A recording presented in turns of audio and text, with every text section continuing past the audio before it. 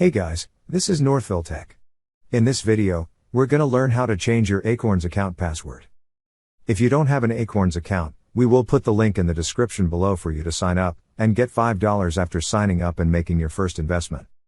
However, if you already have an account, just open the website, then click Login. Now, log in with your email and password.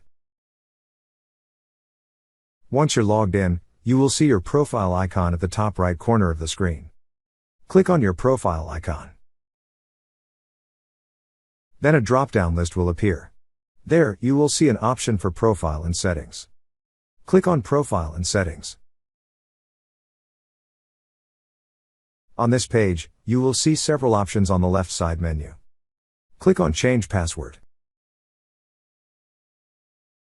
Now, enter the necessary information. On the first field, enter your current password. On the second and third field, enter the new password you wish to use. After that, answer the security question. After entering all the required information, click on Update Password. That's how you change your Acorns account password. Thank you so much guys for watching, and if you have not yet subscribed to our YouTube channel, please subscribe to our YouTube channel as we create tech videos related to financial apps almost every day.